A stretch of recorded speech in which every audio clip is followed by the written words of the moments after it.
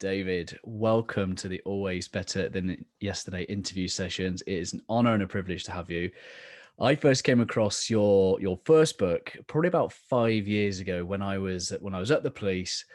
I was put on a project to try and turn and transform the culture around of its control room, the place where we used to take 999 calls. And I came across this wonderful gem of a book called Turn the Ship Around. I've been absolutely fascinated by your story, the lessons that you teach, and obviously recently you have just published Leadership is Language. So these are the two great pieces of work that I'd love to pick your heart and your mind about. But first and foremost, welcome to the show. Oh, thank you very much. Welcome all listeners. Thank you. I'd love to know why you started your TEDx talk with a confession. Well, so first of all, that was like my first speech, and I was super nervous. I didn't have a book out, but Simon Sinek, I gotten to be friends with Simon through some just serendipitous connections, and he was putting on this TED Talk. So I think you have to be really honest with people. And I think deep down, a lot of us like to be in control. And so we have to admit that. And I can tell you, for me, I like being in control. I liked issuing orders. I liked seeing the team respond. I had a certain satisfaction from people lining up to see me so I could make orders, make decisions. And I was generally pretty good at that, and I kept getting rewarded. So I have had, not only did I have this extrinsic reward system reinforcing that, but I had an intrinsic system. And I think we just have to be really honest about that. One of the first activities we give to our executive teams when we do cultural initiatives is we tell them they have to practice giving up control. So for example, go to dinner, don't order, get the server to pick for you. Have someone pick the next book that you read. Have someone pick drive instead of use. Have someone load the dishwasher if you're the person who normally, but it's got to be something like really gets you right in the gut. Like, oh my gosh, no, that's my thing. I can't give up control about, oh my gosh, then what we're going to watch this evening. And you got to practice that, because I want people to deal with how that feels. And the other thing is you got to make it safe for the other person to make a decision for you. And these are the two key practices. And it's fun because you can do it at home and it's not a big deal, and consequences are low. But if you're not feeling that tinge of anxiety, but at the same time excitement that you might get something new and different, then you're not, I don't think you're really doing leadership. You're just doing bossing people around or whatever. It's interesting, isn't it? Because we'll touch on your background and your story, but this sense of leadership being hierarchical, positional, like I've experienced through the police, I imagine was what you grew up learning through your leadership schooling through the Navy.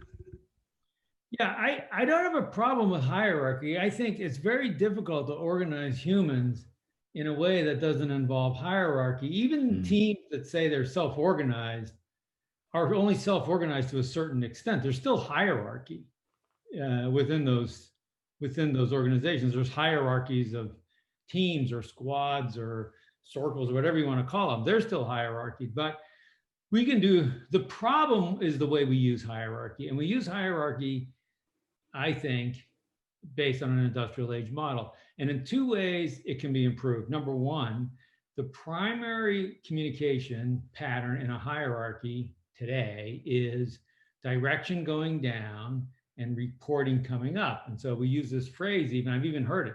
These are my direct reports. I have 6 direct reports. What does that mean? I direct and they report. I mean, it's pretty clear, right? So I appreciate the honesty in that labeling. So that's the first problem. What we say is, rather than pushing, and so what we have to do is create a network, an information gathering network, which channels what the nodes of the interface, the people at the interface of the organization, interface with the client, interface with the code, interface with the airplane, interface with the patient, whatever. They're at the interface, so they have to channel information up to some authority node, and then the decision comes back. And what we're saying, so that's number one. So what you want to do is take the authority for making decisions and push it to the people at the interface. What we say, push the authority to information. That's number one. Number two, so leadership, so leadership and followership. Followership is embedded in leadership. Unfortunately, what most people think is followership means you follow me and I follow my boss. So it's not, so this is a feudal system. It's about pledging fealty to someone above you and doing what you're told. Unfortunately, this is useless because you can't make decisions. You're not making decisions based on principles. You're making decisions on what would Jack want, which is not a good way to make decisions. And what about the top person? Well, they don't have any loyalty. They just run willy-nilly. So what you want is everyone follows the principles and the values of the organization, but is a leader in the sense that they're determining the best way to do that. And so that's the way you want to use hierarchy, as opposed to this follow the leader. So in other words, instead of why, it's who. I'd love to hear some of the story of where all your learnings around the leader model have come from. Where did you hone your craft? So I was in the Navy, and I was really good at telling people what to do. And I was getting promoted because I was good at telling people what to do, and I generally could see the right answer. And I viewed myself as a decision maker. My essence of leadership was making good decisions. And I received good news. I was going to be a submarine commander, and they pulled me out of my job. So for 12 months, a whole year, I was training to take over this one submarine. At the very last minute, they said, no, we got to send you to the Santa Fe instead. I'm like, no, not the Santa Fe. I put my head down. I literally fell into a fetal position on the floor because the Santa Fe, everyone knew it was a joke. It was the worst submarine. It had the worst morale and the worst performance. And the captain, who was supposed to be there another year, abruptly quit. And so the Navy said, well, we can just leave the person on the original submarine there. They're fine, but we need someone to take Santa Fe. And the problem was not poor morale, poor performance. I'd been there before. I'd turned organizations around, but I'd always been the decision maker. I knew all the answers. And I said, no, don't do this, do that. Of course, when I left, things would regress to the mean, but that didn't matter. That was just me, more evidence about how important I was. In any event, so we go to the Santa Fe, and it's a different show. Of course, I know, like cognitively, I know it. But emotionally, we fall into the pattern. Like the crew's looking at me, like, tell us what to do. And I'm like, well, that's what submarine commanders do. So I'm starting to give orders. And one of the very first orders I gave was an impossible order. It was trivial. It was asking the officer to shift into second gear on an engine that only had one gear. And when he ordered it, and the crewman kind of did this quizzical what the F look back to the two of us, and it came out that because the newest Santa Fe, one of the newest submarines, the engines they had simplified the motor. Anyway, and I looked at the officer and said, hey, Bill, why did you order this? He says, because you told me to. He gives me this really annoying grin. And I'm like, well, did you know? Yes. It didn't make any sense. And so what did I do? I wanted to do what everyone else had done before me. Oh, gather the team. You're empowered. You speak up, which of course we'd already done. Like if you think it's a bad order, you tell me. We all say that. It has no impact. It's a waste of time. The problem is, unless you start leaning back and shut up, there's no space for them to tell you. When you tell them what to do and say, now tell me if it's bad, you just made it a lot harder. What you want to do is lean back and say, well, what would you do? I'm not gonna reveal what I would do because you're the right guy to make the decision here. So the code word for us was the word intent. They would say, here, Captain, I intend to, and then they would lay it out. Not the whole conversation. The whole conversation consisted of a lot more. Mm-hmm. Why it's safe. I intend to submerge the ship. I've checked the water depth, the hatches are shut, all personnel below, etc. and why we're doing it. Those are the two things two boxes they needed to check. And if they did that sufficiently, I would just nod or say very well, and they would be off to the races. I was not, so I was the decision evaluator in this at this point, but not the decision maker. My real aha moment was, the problem isn't I made a bad decision. The problem is I'm the one, structurally speaking, I'm the one making decisions, and I got to get out of the decision-making mode. So I started thinking about my job as creating a decision-making factory. I love that. And your legacy far outlived the time on ship, and I know that people have gone on, and the numbers kind of speak for themselves. But is it more than just your words? Is it, what else? What would you pay tribute to? It's your words. It's how we talk to each other, plain and simple. It's no more complicated than that. We had the same resources as every other submarine. Our people went to the same school. We had the same talent. The Navy has a program where they deliberately level the talent. If one submarine seems like they have higher talent, they'll not doing better, but just if they have higher talent, they'll start sending the next person who at the bottom of the class is your next officer is going to be lower, and vice versa. I mean, it's this incredible experiment where you take 50 things as identical as 50 different organizations can be, and there's dramatic factors of order of magnitude 10 difference in performance. But that's not the whole story. I mean, that's not the reason I wrote the book, because we've seen that story, and I could have had that story just being the decision maker had I known the submarine. What the real story is, over the next 10 years, more officers became submarine commanders from this one crew than ever, and than anyone has ever known in the history of the Navy. And that's the difference. You're creating leaders because you're treating people like leaders. You're asking them to think, you're inviting them into the thinking space. And so it's natural for the organization to say, oh, these guys think like leaders, we'll make them leaders. Stephen Covey said that he experienced the most empowering organization he's ever seen. What did he experience? Oh, yeah, such a wonderful day with Stephen Covey. It was amazing. I was a huge fan. I read 7 Habits of Highly Effective People. And here's a dirty little secret. What I was doing was taking seven habits of highly effective people and applying it at the organizational level. And I just kept asking the same question over and over again. What would it sound like if? What would it sound like if? Well, so habit 1, be proactive. What would it sound like if we were all acting proactively? Not what would it feel like, or what would the policy document be, or what poster should we hang up? It was like, how would the meetings sound? What words would come out of people's mouths? And so we just sort of created these little scripts. And I said, this is perfect. Now go practice this. Just say these words. And what happens? When you say the words, you're acting proactively. And a few months later, it bakes into your brain.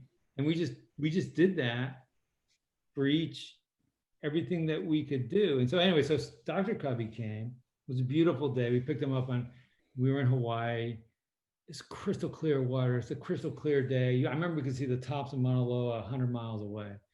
A little snow glistening over there and on the Big Island. And he watched the crew all day long. They're coming up to me saying, Captain, I intend to do this. Captain, I intend to do this. I intend to submerge. I intend to get underway. I intend to enter port. And I was just, maybe I'd ask a question and confirm we were on track. And he finally says, and he's kind of quiet, and I'm kind of nervous about the whole thing because, like, this is I'm idolize this guy. And he finally looks at me and says, now I figured out what's going on here. I was like, oh, okay, that's good. Please tell me, because it felt very muddled for us. I mean, I knew I had this sense of language, and knew what I was trying to do. And he said, here's what I see. When everyone is inviting someone to the next higher level of thinking, and it happens through language. So when someone comes and says, tell me what to do, I never heard anyone say, do this. what I heard at all levels in the crew was, oh, tell me about that. Tell me more. What do you see? What do you know about this situation that I don't know?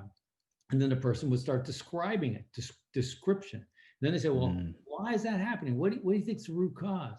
Well, the bearing's going bad. Okay, well, what should we do? What would you do if I weren't here? What would you do if you were there? And so in this sort of language-based way, we would just invite people up this ladder. And I was like, yeah, that's it. So we wrote it down, and this became like our big tool, the ladder leadership. I love that. A lot of your book, Leadership is Language, is structured on this red work, blue work infrastructure and a new playbook. I'd love to know how you've taken your understanding of language and then really created a framework with which organizations can use. Yeah, language is so powerful. We think it's a one-way street.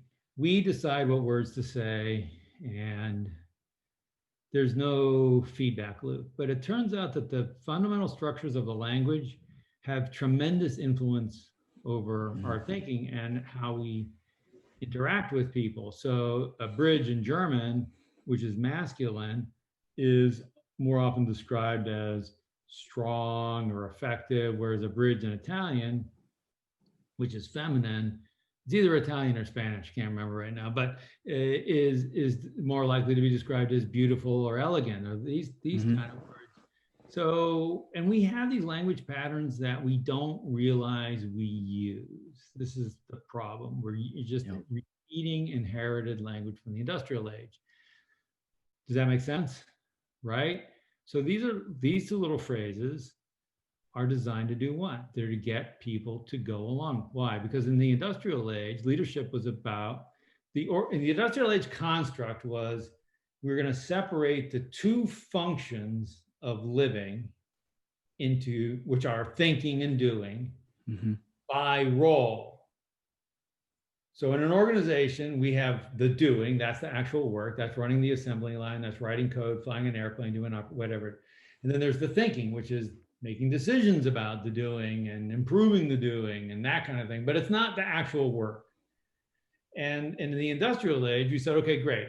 You people will do the doing, and we're going to call you blue collar, and we're going to pay you by the hour, and you're going to wear a certain uniform, and you might be in a union and that kind of thing. And you probably didn't go to university. And then these people, they're going to be the thinkers. They're going to make the decisions for you. And we're going to call them white collar, and they're going to wear a different uniform than you. So we can identify them in the factory floor, and they probably went to university and blah, blah, blah. And so we separated the world into two groups. And we called them leaders and followers. And the idea with the followers was to do what the leaders told the followers what to do. Now this, I don't think, is the best way to organize highly effective teams. And highly effective teams, we let the people doing the work make decisions about the work. This is not the industrial age model. So, and the way it happens is through language, because the language of doing is different than the language of thinking. How so? The language of doing is about focus and compliance and about excluding external distractions. When I'm coding, when I'm writing, when I'm operating my machinery, I don't want to be like, huh, what? And then boom, I lost my finger. I'm flying an airplane. I want focus on that. And when the surgeon's operating on me, I want focus. But now apply that to a meeting where we're going to make a decision. And we say, oh, does that make sense? What did I just do? I just reduced variability. I made it harder for people who think differently to speak up. I'm doing the same thing. I'm excluding variability. Variability is an ally, though, to thinking and decision making. So the language needs to be different. It needs to be, what doesn't make sense? What am I missing? Not blah, blah, blah, blah, blah, right? So we're good to launch the product next week, right? No. You talk about the language of curiosity and vulnerability. What does the language of curiosity and vulnerability sound like? So the thing that's really interesting is the moment that someone says something to you, let's say you're the boss and they come up to you and you got intent-based leadership going and say, hey boss, I intend to delay the product launch next week. And it's just immediately alarm bells, and you're like, no, that's wrong in your head. Why would you want to do that? We've done all this testing, blah, blah, blah. We've been working on this for a year. We've made a public announcement that it's coming out. And at that moment, what I see most people do, and what I had a tendency to do, was either to say, no, that's wrong, or explain why that's wrong, or maybe ask some annoying questions like, well, did you think about the customer impact on this? Like, of course I did, you idiot. It's annoying. All those stem from a mindset of I'm right, stem from the arrogance of certainty, not curiosity. This person is closer to the problem than I am. They're probably, if I'm the leader, the manager, I'm not in the code. I didn't open the source code, and I haven't been typing in that thing for the last 2 weeks like these guys have. I don't know how complicated it is. I don't know what the risk of vulnerability is. These guys do. So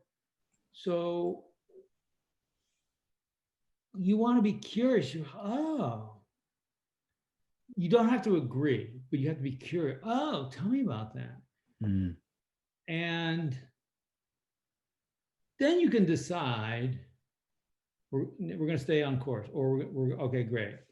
But it's after you've expressed curiosity about what they're saying. And it's so easy to say, and it's so hard to do. Here's another moment when someone gives you feedback,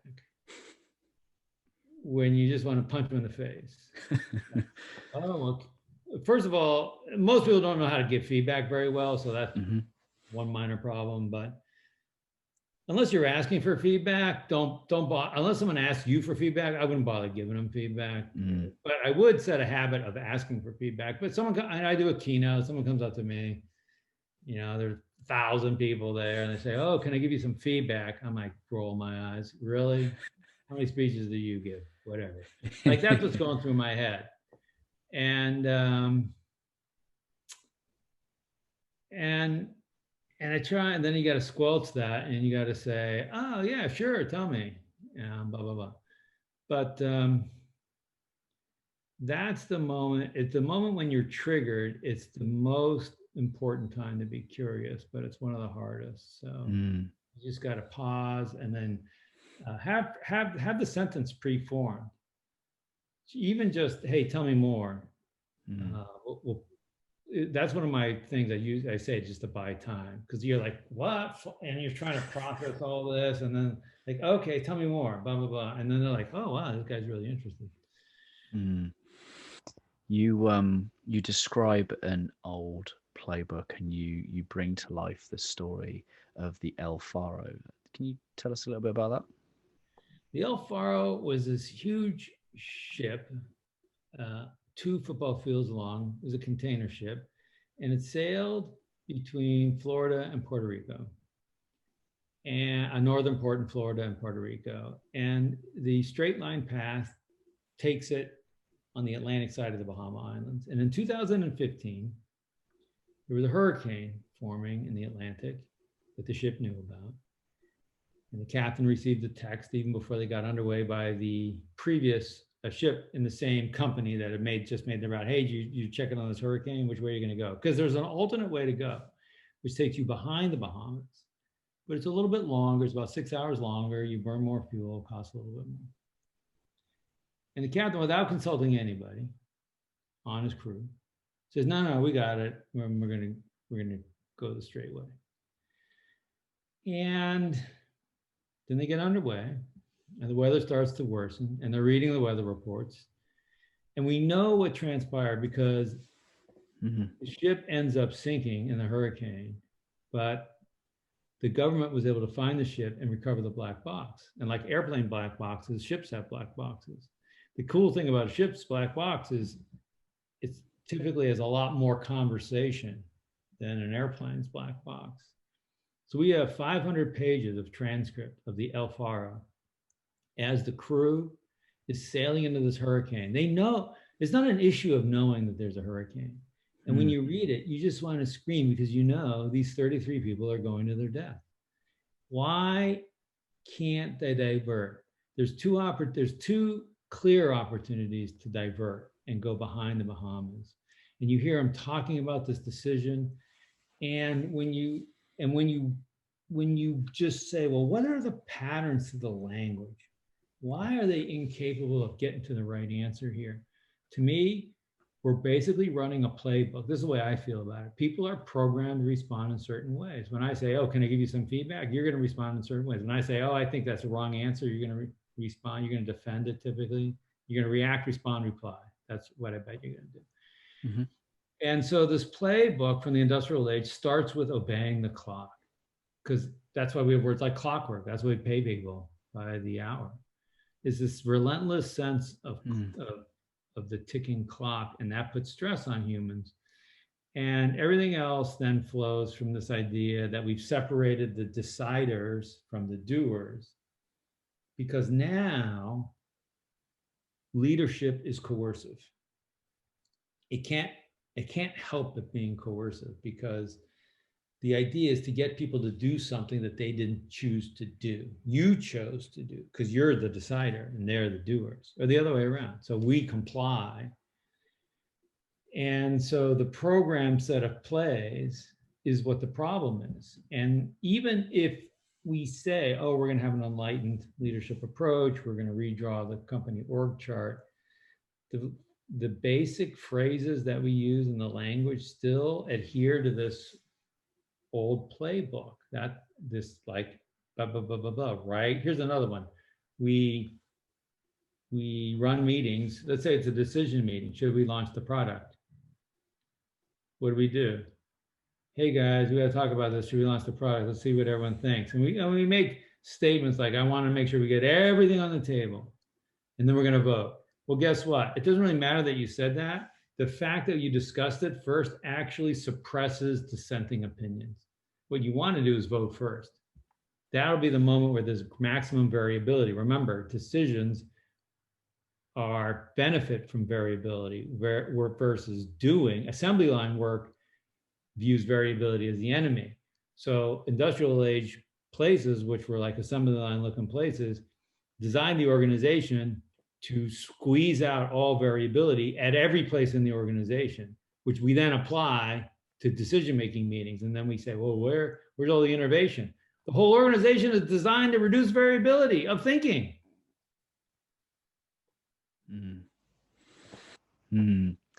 One of your other plays is about prove versus improve. And within that, there was something that really stood out for me. It was expecting people. So here's the question: why is expecting people to prove themselves before you trust them backwards? Why is that backwards? Yeah. So first of all, we got to talk about what is trust. Trust means that you believe they are trying to make the right decision. Okay, it doesn't mean they're making the right decision.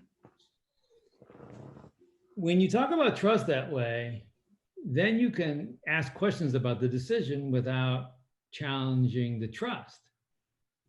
If you commingle, I believe you're trying to make the right decision, and you have the technical competence, the observation skills, the clarity of purpose, all these other things which will actually allow you to make the right decision. And maybe it's in a world where your decisions about the future, where it's actually unknowable whether the decision will be correct.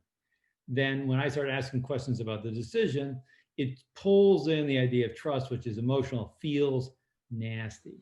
So you need to separate trust from the actual decision. Trust means I understand you're trying to make the right decision. Now let's talk about it.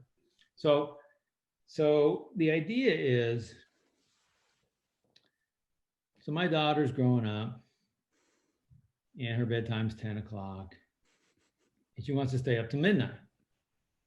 So I say, okay, when you prove you can stay up to midnight, we're going to change your bedtime to midnight. That's basically what most managers do to their team. When you prove you're ready for greater responsibility, we'll give you more responsibility. But we're not giving you the opportunity to demonstrate greater responsibility.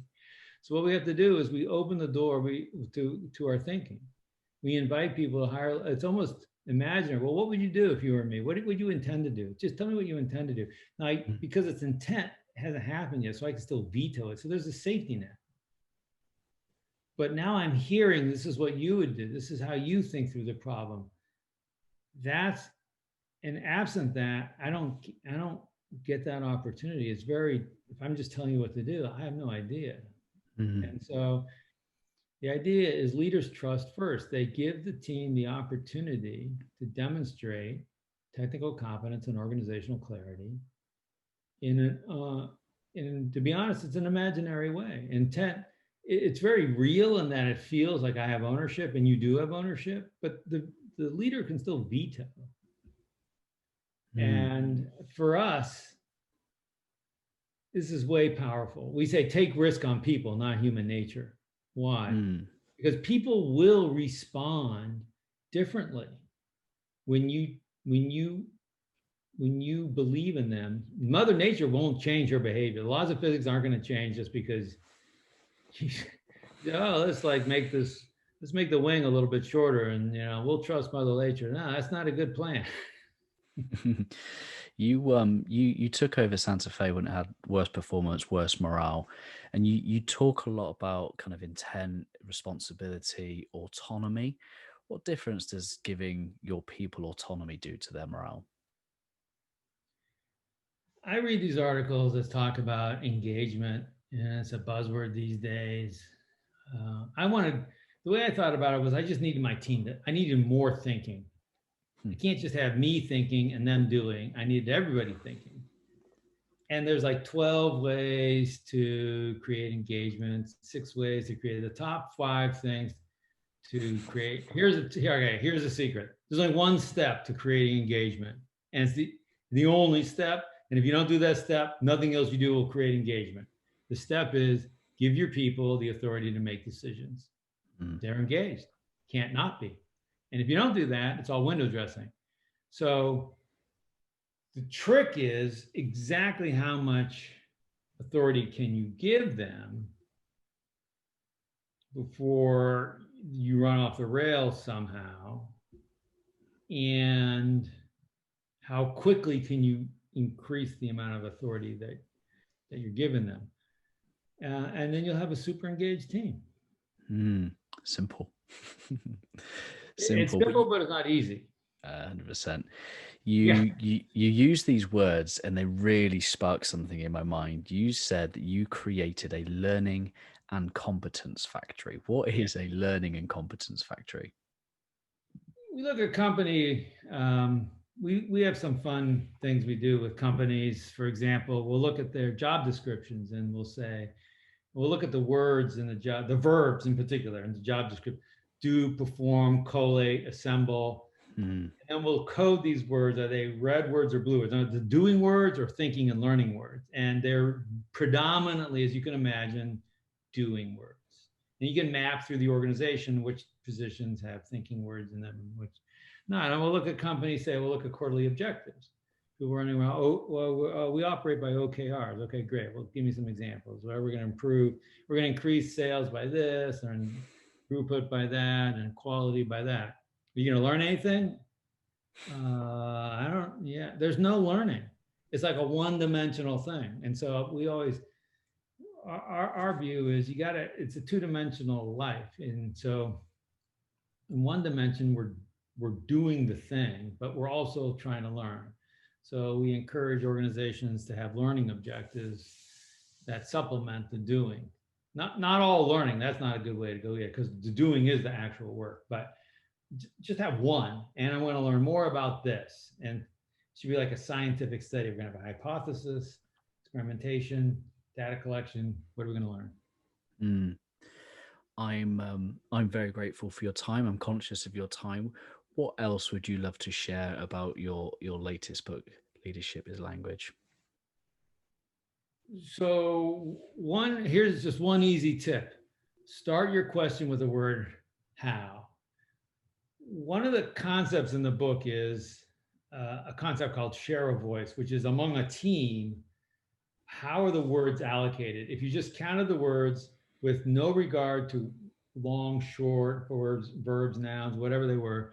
Just count the words. It turns out that most teams have a disproportionate sharing of words, with the highest person, the highest paid person that follows the pay scale. The highest paid person is allocated the most number of words, and so on down there. And the steeper that skew is, the more fragile the team is, because that means they're more deferential to the leader and they're less likely to speak up. And the leader or the team making a decision is deprived of what the people at the low end of the scale know, the low end of the word scale. So you want to make that more even in a meeting so you can be attuned to it. But one very simple way to do it, if I ask a binary question, someone comes up to me and says, I think we should delay product launch. Are you sure? No. Yes. It's one word. Versus, how sure are you? Or tell me more about that. But I like, how sure are you? How likely is that to be true? How confident are you? Because now we get out of binary questions. It's impossible to do a binary question, and it invites more words from them. How sure are you? Oh, like 99%, 99. I'm 99% sure. That's a lot different than 51% sure. But if you just say, are you sure? And they say, yes, what did you learn? Nothing really, I would say, because yes is the implied right answer. Of course, they have to be sure. If they weren't sure, like I want them to say, no, I'm not sure. I'm like 80% sure. But if 20% happens, it's really bad. So start your question with how, the next time you interact with your team, and then see how that changes the participation, and then zip it, by the way. Ask the question once, zip it, and then see how it changes the word count, and see if you can get it to be more even. I'm really, really grateful for your time.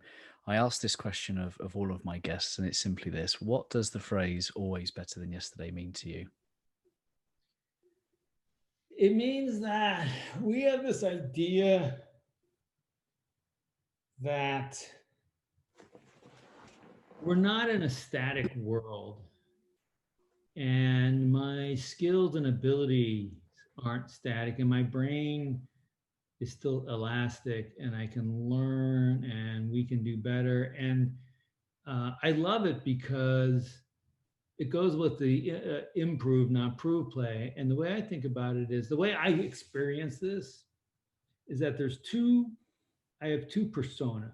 One is what I call the be good self. And that be good self, that's the one that defends the ego. That's the one that gets riled when I get negative feedback. That's the one that wants to prove, oh, look, I'm a good person in the world. I deserve my pay. I deserve my Twitter followers and whatever. And then there's the get better self. And the get better self doesn't care about that stuff. The get better self says, I just want to be better. Yes, I want to be better tomorrow. I want to be better in 6 months from now than I am today. And the problem is that behaviors that the be good self wants will crowd out the behaviors of the get better self. You can't be both, because one set of behaviors will crowd. They're two different sets of behaviors. When you hear feedback, the be good self is going to say, oh, no, let me explain. The get better self says, oh, tell me more. That's amazing. Thank you so much for your time. Thank you so much for sharing your work. And I'm really, really grateful. How can people connect and find more of your work? The easiest thing to do, go to YouTube. We got a channel called Leadership Nudges. It's typically a minute, minute and a half. I'm talking about some little snippet. Of course, I'd invite you to check out the books, Turn the Ship Around and Leadership is Language. What is a leadership nudge? A leadership nudge. Like, go next time you go to the restaurant, don't order. Don't give feedback, invite feedback. Play the 30-day feedback game. Every day, ask someone to give you feedback on something. Hey, how was I as a customer? Hey, how's this shirt? Hey, how's my driving? Hey, how did I show up in the meeting?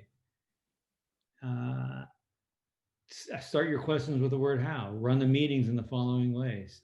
Vote first, then discuss. When someone does dissent, embrace the outlier. So these are the little snippets. I love that. Thank you, David, for your time. Really appreciate it. Cheers, Ryan.